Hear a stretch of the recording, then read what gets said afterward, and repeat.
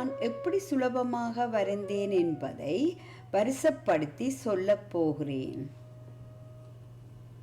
12 அங்குல அகலமும் 16 அங்குல நீளமும் உள்ள இந்த பெரிய படத்தை வைத்துத்தான் நான் எனது ஓவியத்தை வரைந்துள்ளேன்.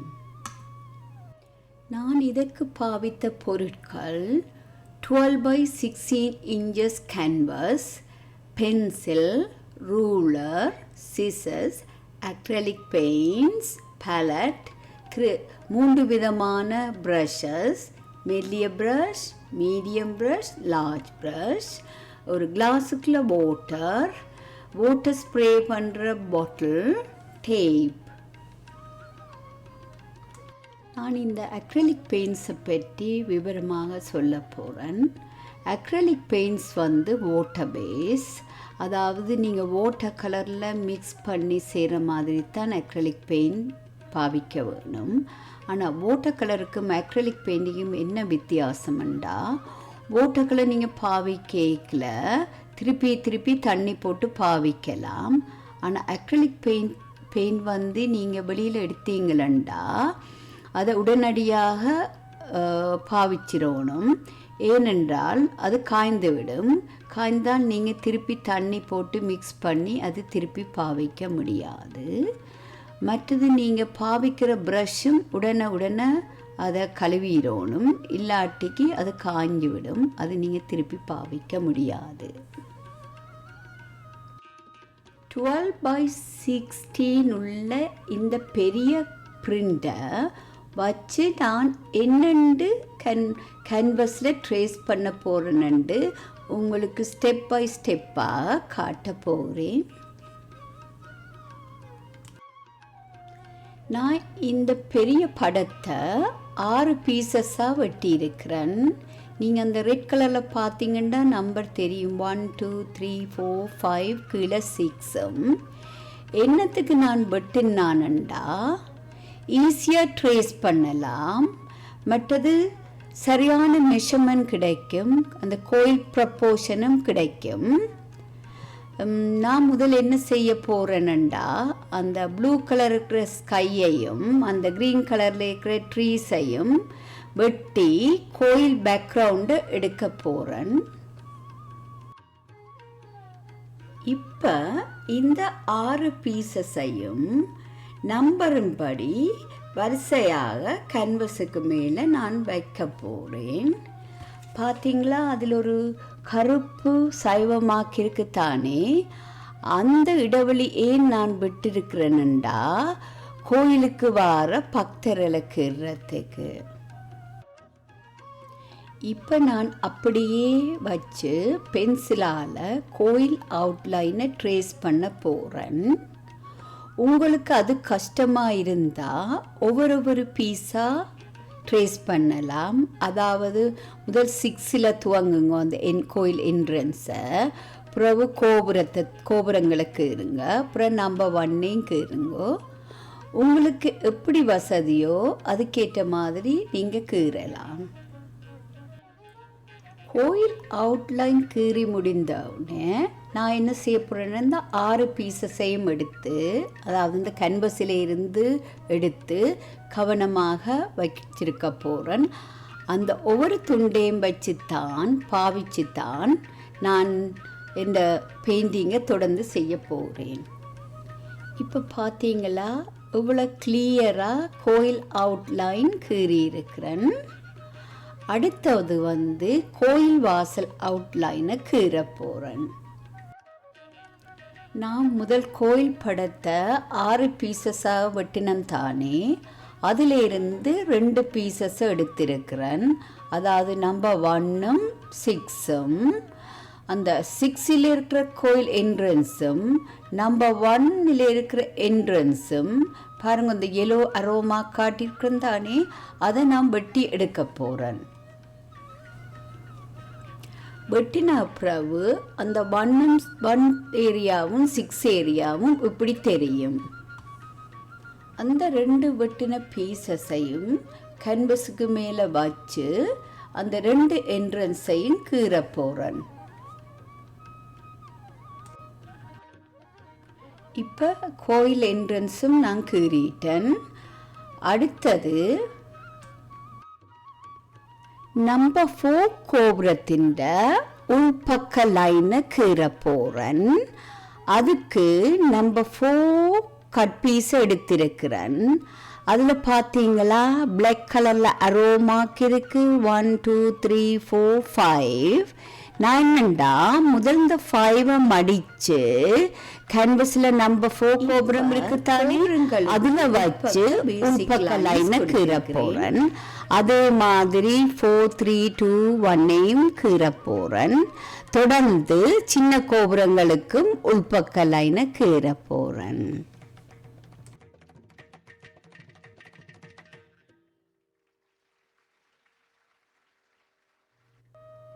இப்போ நம்பர் 1 கட் பீஸ் எடுத்து அதில் தெரியுதானே ரெட் அண்ட் ஒயிட் லைன், அதையும் கீறி அந்த என்ட்ரன்ஸையும் கீறி அதுக்கு பிறகு ஓட கீறி அந்த டீட்டெயில்ஸையும் கொடுத்திருக்கிறேன்.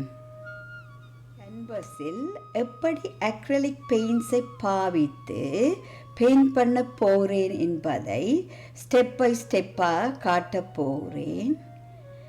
இந்த ஒயிட் கேன்வஸ் கொஞ்சம் கிரே கலர் மாதிரி தெரியுது. நான் நினைக்கிறேன் லைட்டிங் காணாதுண்டு. நான் முதலில் ஸ்கையை கீற போகிறேன். அதுக்கு முதல்ல இந்த கேன்வஸை ஈரத்தன்மையாக ஆக்க வேணும். அதுக்கு நான் வாட்டர் ஸ்ப்ரே பாட்டில் தான் பாவிச்சிருக்கிறேன். ஏனென்றால் நான் அக்ரிலிக் பெயிண்டை பாவிக்க அது வழுக்கி கொண்டு ஈஸியாக போகும். அதோட பெயிண்ட் காயறதுக்கும் நேரம் எடுக்கும். மற்றது அந்த சின்ன இடங்களுக்கு நான் ப்ரஷ்ஷை நினச்சித்தான் கேன்வஸை ஈரமாக்கி கீறியிருக்கிறேன். முதலில் ஸ்கைக்கு நான் ஒயிட் கலர் தான் அடிக்க போகிறேன். அதுக்கு என்னென்னா நான் டியூப்பில் இருந்தே 3-4 இடத்து கேன்வஸுக்கு மேலே 3-4 இடங்களில் கட்டியாக பெயிண்ட்டு போட்டிருக்கிறேன். போட்டுட்டு லார்ஜ் ப்ரஷ்ஷால் குயிக்காக அதை ஸ்கை உள்ள இடத்துக்கு முழுவதுக்கும் பெயிண்ட் அடிச்சிடுவேன். அதே நேரத்தில் ஒரு கடுகளவு பிளாக் கலரையும் எடுத்து 2-3 இடத்துல அதையும் மிக்ஸ் பண்ணி பெயிண்ட் பண்ணியிருக்கிறேன். முதலில் பெயிண்ட் பண்ணின அந்த ஒயிட் நல்லா காஞ்சா பிறகு திருப்பி நான் வாட்டர் ஸ்ப்ரே பண்ணி ஈரத்தன்மையாக எடுத்துட்டு பிறகு ஒயிட் கலரை டியூப்பை அப்படியே கொண்டு வந்து ஒரு 5-6 இடத்துல கட்டியாக போட போகிறேன். போட்ட பிறகு அதுக்கு மேலே கடுகளவு நீல கலரை எல்லாத்துக்கு மேலேயும் போட போகிறேன். போட்டுட்டு குயிக்காக மிக்ஸ் பண்ணி அந்த ஸ்கையின் ப்ளூ கலரை எடுக்க போகிறேன். அடுத்தது நான் கோபுரத்தை எல்லோ கலரில் பெயிண்ட் பண்ண போகிறேன். பெயிண்ட் பண்ணக்கு முதல் செய்த மாதிரி கேன்வஸை ஈரத்தன்மை ஆக்க போகிறேன். அதுக்கு பிறகு நான் எப்படி பெயிண்ட்ஸை டியூப்லேருந்து கொண்டு வந்தேனோ அதே மாதிரி எல்லோ கலரை எங்கெங்கே கீற போகிறேனோ அந்த இடத்துல போட்டுட்டு குயிக்காக பெயிண்ட் பண்ணியிருக்கிறேன். இந்த எல்லோ கலருக்கு மேலே நான் இன்னொரு கலர் பெயிண்ட் பண்ண போகிறேன். பெயிண்ட் பண்ணக்கு இந்த எல்லோ கலர் நல்லா காய வேணும். நான் காயாமல் அதுக்கு மேலே இன்னொரு கலர் பெயிண்ட் பண்ணணுண்டா என்ன நடக்குமெண்டா இந்த எல்லோ கலர் திரைஞ்சு ரப்பர் மாதிரி உரிய துவங்கிடும். அதோட பெயிண்டிங்கையும் பழுதாக்கி போடும். நான் அடுத்தது ஓக் கலர் பெயிண்ட் பண்ண போகிறேன். ஓக் கலர் மஸ்டர்ட் கலர் மாதிரி தான். நான் எப்படி எல்லோ கலர் கோபுரத்துக்கு அடித்தனோ அதே மாதிரி தான் நான் இந்த மஸ்டர்ட் கலரையும் கோபுரத்துக்கு பெயிண்ட் பண்ண போகிறேன். இப்போ பார்த்தீங்களா நான் கோபுரத்துக்கு மஸ்டர்ட் கலர் பெயிண்ட் பண்ணியிருக்கிறேன். அதோடு நீங்கள் வடிவ பார்த்தீங்களா அந்த உள்ளுக்குள்ள கீறின கோயில் அவுட்லைனும் தெரியுது. அது எனக்கு பிறகு பெயிண்ட் பண்ணுறதுக்கு உதவியாக இருக்கும். நான் இப்போ கோபுரத்தின் உள்பக்க லைனுக்கு டார்க் ஷேடோயிங் கொடுக்க போகிறேன். நீங்கள் அந்த கோபுர படத்தை பார்த்தீங்களா அரோமா கொடுத்துருக்குறேன் 1 2 3 4 5 அதில் அந்த டார்க் கலர் தெரியுதானே, அதைத்தான் வச்சு நான் கோபுரத்துக்கு பெயிண்ட் பண்ண போகிறேன். அதுக்கு நான் முதல்ல என்ன செய்தேனான்டா மாஸ்கிங் டேப்பை ஒவ்வொரு லைன்லேயும் வச்சு டார்க் ஷேடோவும் செய்திருக்கிறேன். அதுக்கு பாவித்த கலர் ப்ரௌனும் ரெட்டும் மிக்ஸ் பண்ணி கொஞ்சம் ட்ரை ப்ரஷ்ஷாக இருக்கணும், அதால் தேய்ச்சி கீறியிருக்கிறேன். இப்போ கோபுரத்தின் பேசிக் டார்க் ஷேடோயிங் செய்திருக்கிறேன். அடுத்தது கோயிலின் போல பெயிண்ட் பண்ண போகிறேன். முதலில் ப்ரஷ்ஷால் ஓல் ஏரியாவை ஈரத்தன்மாக்க போகிறேன். பிறகு 2 இடத்துல ஒயிட் டியூப் கலரை கட்டியாக வைத்து குயிக்காக மிக்ஸ் பண்ணி பெயிண்ட் பண்ண போகிறேன். இப்போ நான் முதல் பெயிண்ட் பண்ண ஒயிட் நல்லா காஞ்சிட்டுது. இப்போ அதுக்குள்ள அவுட்லைன்ஸ் தெரியுது. அதை வச்சு தான் இனி ஒவ்வொரு அவுட்லைனுக்குள்ளேயும் ரெட் கலர் பெயிண்ட் பண்ண போகிறேன். நான் முதல்ல நம்பர் 1 கட் பீஸை எடுத்திருக்கிறேன். அதிலே இருக்கிற ரெட் கலரைத்தான் நான் கேன்வஸுக்கு பெயிண்ட் பண்ண போகிறேன். அதுக்கு முதல் நான் டேப் எடுத்து அந்த ரூஃபின் எட்ஜில் ஒட்டி இருக்கிறேன். அந்த அரோமாக்க பார்த்து அவங்களுக்கு விளங்கும்னு நினைக்கிறேன். ரைட், நான் பெயிண்ட் பண்ணுறதுக்கு மீடியம் ப்ரஷ்ஷை தான் பாவிச்சிருக்கிறேன். பலட்டில் கொஞ்சம் ரெட்டையும் தண்ணியையும் மிக்ஸ் பண்ணி அந்த ஒவ்வொரு லைன்களுக்கும் நடுவில் தான் பெயிண்ட் பண்ணியிருக்கிறேன். அந்த கரை 2 பக்கம் விட்டுருக்கிறேன். ஏனெண்டா நல்லா காஞ்சா பிறகு நான் டேப்பை அந்த எட்ஜ் லைனில் ஒட்டி தான் அந்த ஷார்ப் ரெட் லைனை நான் எடுக்க போகிறேன். இப்போ பெயிண்ட் நல்லா காஞ்சா பிறகு கவனமாக கன்வஸிலேருந்து டேப்பை கலட்டி எடுக்க போகிறேன். அதுக்கு பிறகு அந்த பாசல் தெரியுது தானே, அந்த ப்ரௌன் கலர் பெயிண்ட் பண்ணியிருக்கிறேன். அதுக்கு நான் ரெட்டும் டார்க் ப்ரௌனும் மிக்ஸ் பண்ணி பெயிண்ட் பண்ணியிருக்கிறேன். இப்போ பார்த்தீங்களா கோவிலின் சுவரை ரெட் அண்ட் ஒயிட் எவ்வளவு அழகாக தெரிகிறது. நான் இப்போ ரூஃபை பெயிண்ட் பண்ணியிருக்கிறேன். அது எப்படி பெயிண்ட் பண்ணினேன்னான்டா முதல் மேஸ்டிங் டேப் எடுத்து ரூஃபின் மேல் பகுதியில் ஒண்டொட்டி இருக்கிறேன், மற்றது கீழ்ப்பகுதியில் ஒண்டொட்டி இருக்கிறேன். நீங்கள் அரோமாக்கு பார்த்தீங்களா விளங்குமென்று நினைக்கிறேன். பிறகு ப்ரௌனும் ஒரு கொஞ்சம் ரெட்டையும் கொஞ்சம் கூட தண்ணி போட்டு மிக்ஸ் பண்ணிட்டு குயிக்காக அதில் ஒரு பெயிண்ட் பண்ணியிருக்கிறேன். பிறகு அதே நேரத்தில் தனி ப்ரௌன் எடுத்து இடக்கிட டார்க் ஷேடோயிங் கொடுத்துருக்கிறேன். ரூஃப் பெயிண்ட் நல்லா காஞ்சா பிறகு நான் அந்த 2 டேப்பையும் இப்போ கலட்டிட்டேன். இனி நான் கோயிலோட வெளிவாசலை பெயிண்ட் பண்ண போகிறேன். அதுக்கு நான் முதல்ல கேன்வஸை ஈரமாக்க போகிறேன்.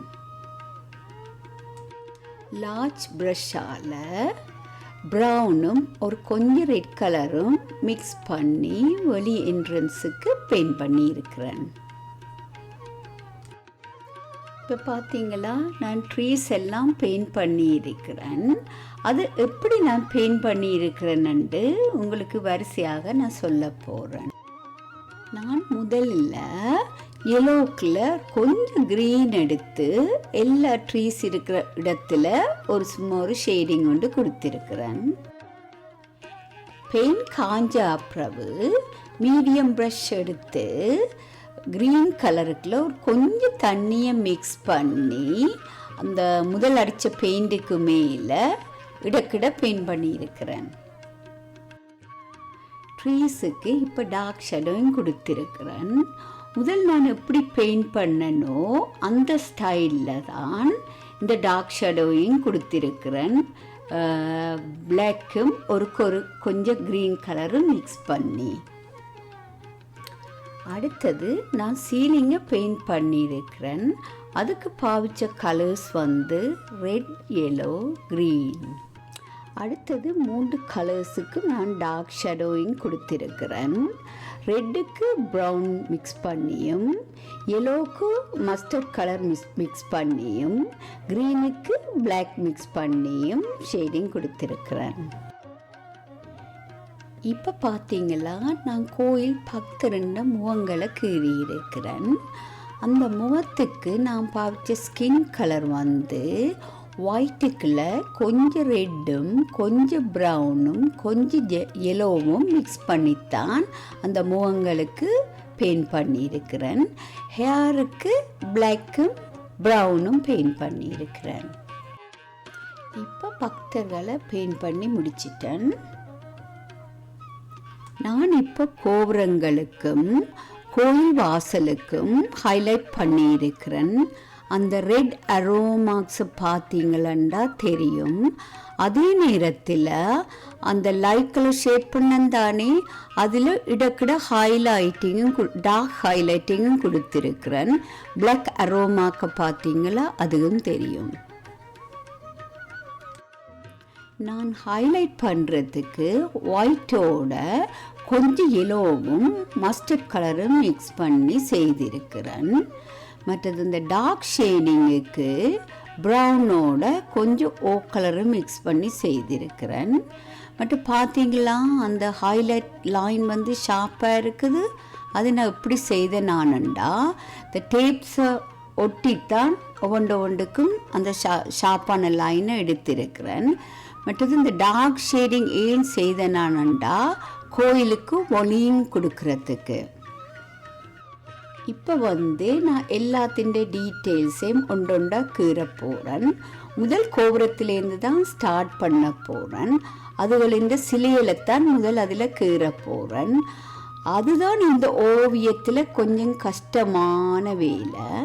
கஷ்டம்னு சொல்ல முடியாது, கொஞ்சம் பொறுமையாக நேரம் எடுத்து கீற வேணும்.